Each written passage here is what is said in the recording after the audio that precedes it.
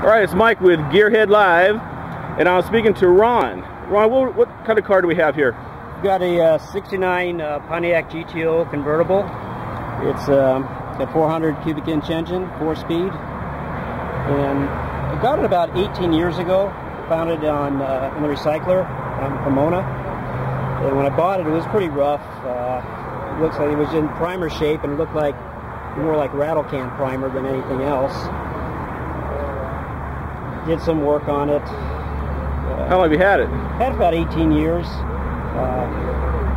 Got the friend and I did some work on the engine, put in headers, high rise, Edelbrock carburetor. Had the engine rebuilt about 8 years ago. When we had the car painted about 15 years ago. And they did it 15, it's about 16 years ago. And they did a decent job. Still, it's not as perfect as I would have liked it. Eventually, I'll probably have to get it repainted. But it's been fun car to work on, fun car to drive. It takes back to my memories. When I was in college, I had a 69 Judge, brand new.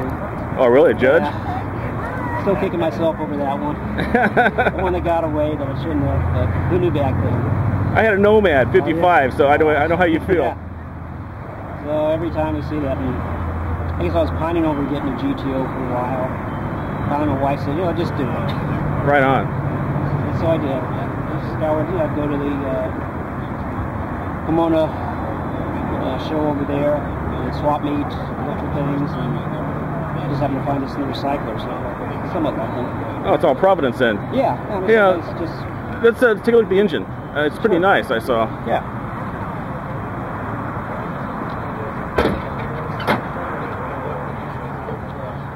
I'd say it's 400 cubic inches.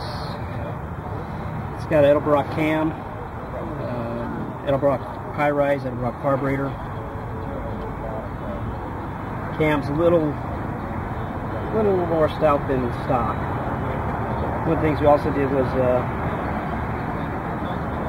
put in like a Ford relay here, because when we put the headers on, one of the first things that happened was the battery cables got hot and actually caught fire. Oh, really? I caught that right in time. And sometimes just luck. I just happened to read an article in CarCraft about Mad Electronics, and the guy had a kit here that took care of rerouting the battery cables and avoiding the hot start that these cars are notorious for. They're very hard starting when it's hot, especially when you've got the headers there. Oh, right on. So, and then I also put in a smaller starter, put in a gear drive starter, so it cranks out a little more juice to start it up. It makes it a little easier.